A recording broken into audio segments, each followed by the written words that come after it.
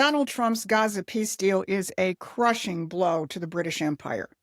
He outflanked decades of deliberate policies of religious radicalization and economic backwardness. These are the policies that have kept the Mideast in perpetual turmoil. Now, the foreign policy experts said it would never happen, but it did. And this week, we saw the release of the hostages. We saw Donald Trump address the Israeli Knesset to thunderous support. And we saw him in Egypt, meeting with an unprecedented gathering of Arab and Muslim leaders.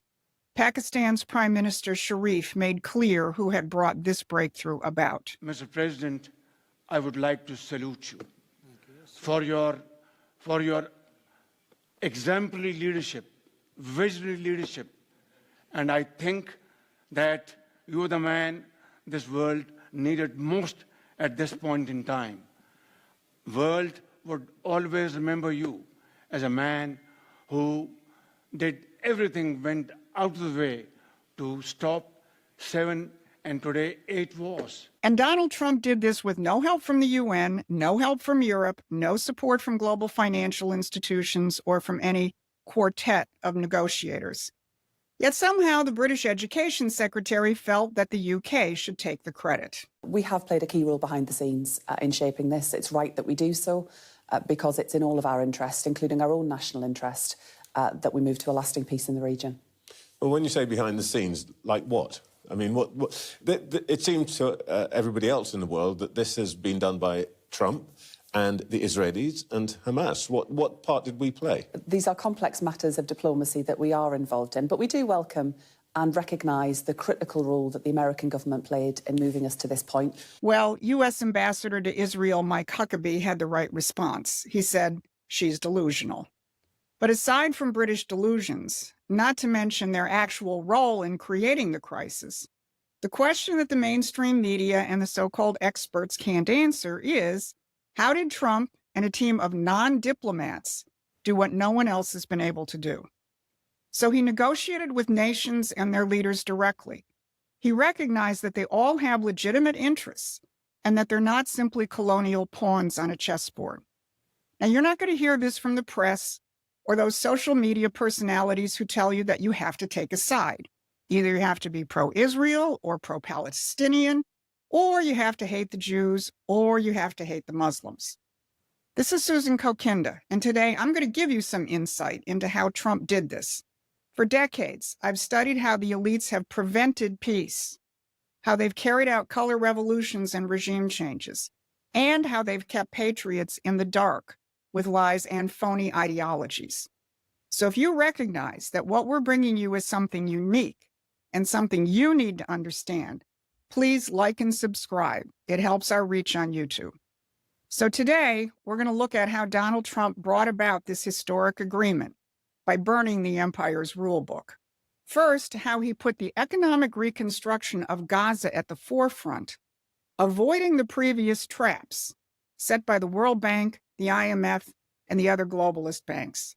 Second, how he marginalized the British-run radical networks on both the Muslim and the Israeli sides.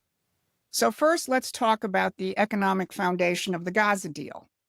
Did you catch that exchange with what certainly sounded like a British reporter on Air Force One? Mr. President, I wanted to ask you about your conversations with world leaders today. You said that everybody is unified over your plan, but we heard from President Sisi calling for a two-state solution and independent Palestinian state. You're talking about a different plan. I'm talking about something very much different. We're talking about rebuilding Gaza. Right. I'm not talking about single state or double state or two-state.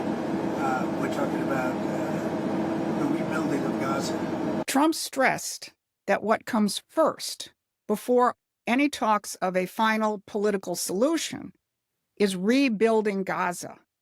Why is that so important? Because that is precisely what has undercut previous peace agreements. Remember the Camp David Accords back in the 1990s between Yasser Arafat and Yitzhak Rabin? What happened to those? Well, besides the fact that Rabin was assassinated by a right-wing Zionist, the political solution disintegrated because the promised economic development never materialized. It was smothered by the World Bank, the IMF, and other international banks. And time and again, the international community and global lending institutions have pledged money for Gaza. Most of it never arrives, or it ends up in the hands of NGOs, or it's just doled out as handouts. So what do you do when you keep people perpetually poor and dependent? Well, you get anger at Western institutions and the potential for increased radicalization and recruitment to groups like Hamas, which is exactly what happened. Trump threw this entire model out the window. He has a completely different approach, as Mark Halperin said on his show yesterday. He said, quote, "Diplomats offer promises. What Trump offers is projects of mutual interest." And Trump knew that that wasn't going to happen with the World Bank or the City of London or Wall Street banks. Instead, he rallied the sovereign nations of the region to provide direct economic assistance. At the Sharm el-Sheikh summit, he kept pointing out that there are a lot of rich countries in this room. Now, Trump's opponents and the establishment media attack Trump's economic deal-making like it's a bad thing, and it's no more than corruption. But what they're really attacking is the very principle of economic development, which they have been throttling for decades. So what Trump has been doing is to now unleash the financial and human potential of the region, and its immediate mission is to rebuild Gaza, putting the Palestinian people on a path to genuine economic independence is fundamental to future stability. But let's go back to that point about radicalization, because that's where Trump has shown himself to be a real strategic genius. The reason previous peace efforts failed isn't because the conflicts were too complex or the hatreds too deep. They failed because they accepted the terms of a conflict which had been deliberately engineered by the British. For decades, British intelligence and their American counterparts have created and deployed radical movements on both sides. So first, let's talk about the Muslims. The British created and funded the Muslim Brotherhood, also Hamas and other extremist groups. Their purpose, destroy nationalist governments in the Middle East. Remember, that's the prime target of the globalists, sovereign nationalist governments. Now, this is a story that Promethean Action researchers have covered for decades.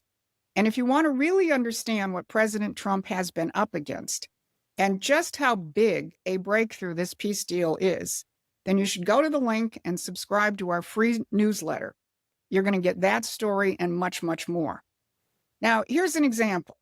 Look at what happened in Egypt. In 2011, the government of Hosni Mubarak, a nationalist government, not a theocracy, was overthrown by the British-created Muslim Brotherhood, with plenty of help from Barack Obama. That Muslim Brotherhood government was so hated by the people of Egypt that it was overthrown less than 2 years later, and it was designated a terrorist organization and banned. That was the first of the Arab Spring regime change operations run by Anglo-American intelligence. Most of the governments that had nationalist aspirations and that had assured full freedom of religion to Jews, Christians, and Muslims were overthrown by radical Islamists. An even earlier example was Iran. First, the British, along with the Dulles-run CIA, overthrew the nationalist government of Mossadegh in the 50s, replacing him with the Shah, and then when the Shah was no longer convenient to British geopolitical plans, he was overthrown and was replaced by the Islamic Republic, which is what rules Iran today. Here's the point. The issue of modern Islamic theocracies didn't come from Islam. That's a lie peddled under the heading of a clash of civilization, which has been pushed by British intelligence assets like Bernard Lewis and Samuel Huntington. In every case of radical fundamentalist movements or governments, you're going to find British intelligence with help from their American neocon friends. But it's not just British intelligence. King Charles is a proud sponsor of the Oxford Center for Islamic Studies, and in just this last July, he presided over the opening of the new King Charles III wing. But Donald Trump's approach is the opposite. One of the very first things he did as president in his first term was to travel to Saudi Arabia and lay down the law. Stop supporting al-Qaeda and other extremist groups. He basically told those countries, stop being pawns on the geopolitical chessboard. I'll treat you like a sovereign nation and recognize that you have legitimate needs and economic promise.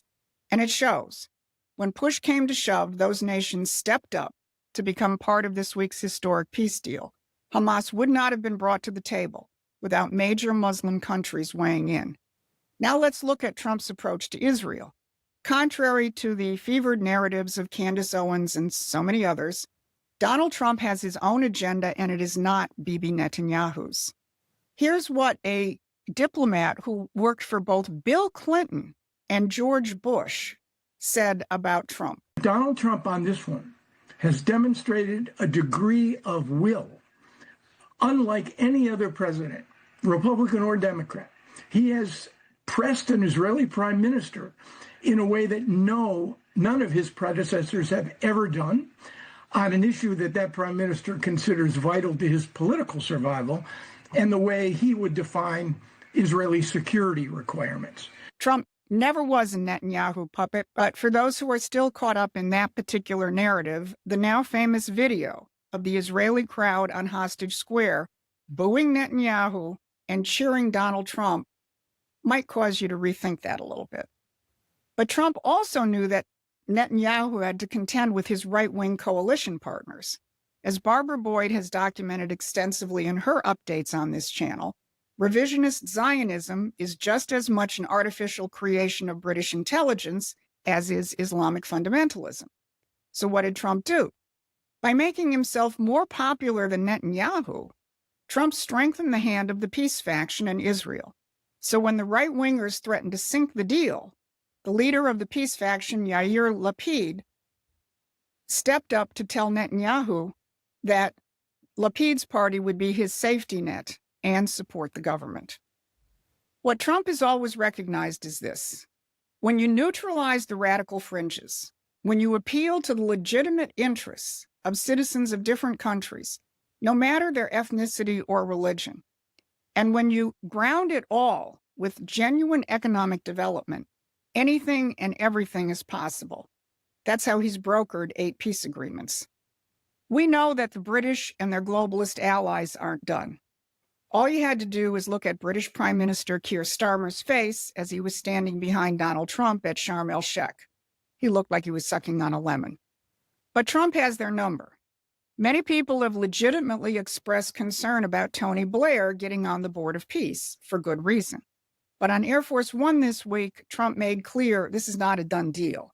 He said, I want to ensure that he is a choice acceptable to everyone. I want to make sure that Tony is liked by everyone because I don't have that information.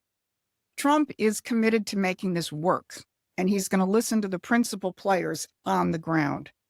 So what we've witnessed this week isn't just a ceasefire. It's a complete shredding of the imperial playbook that has kept the Middle East in turmoil for what seems like 3,000 years, as Trump keeps saying. But this peace agreement is just the beginning. Obviously, there's a lot more work to be done in the Mideast and, of course, with Russia and Ukraine. And here's where you come in. Donald Trump doesn't need spectators. He doesn't need a chorus of people who are spouting social media narratives. He needs people who understand and support what he's doing. Promethean Action's newsletter will give you the intelligence you need to do that. So please subscribe and be part of these historic events.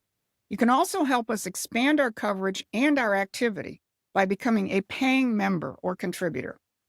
Because what we're witnessing is what happens when an American president puts America first and treats other nations as sovereign nations and not colonial subjects. The empire is crumbling, nation by nation and deal by deal. And Donald Trump is writing the blueprint for a world based on mutual respect and genuine prosperity. The real question now is, will we have the wisdom to build on this foundation? Or will we let the globalists regroup and drag us back into their deadly games? That's up to all of us. So this has been your midweek update.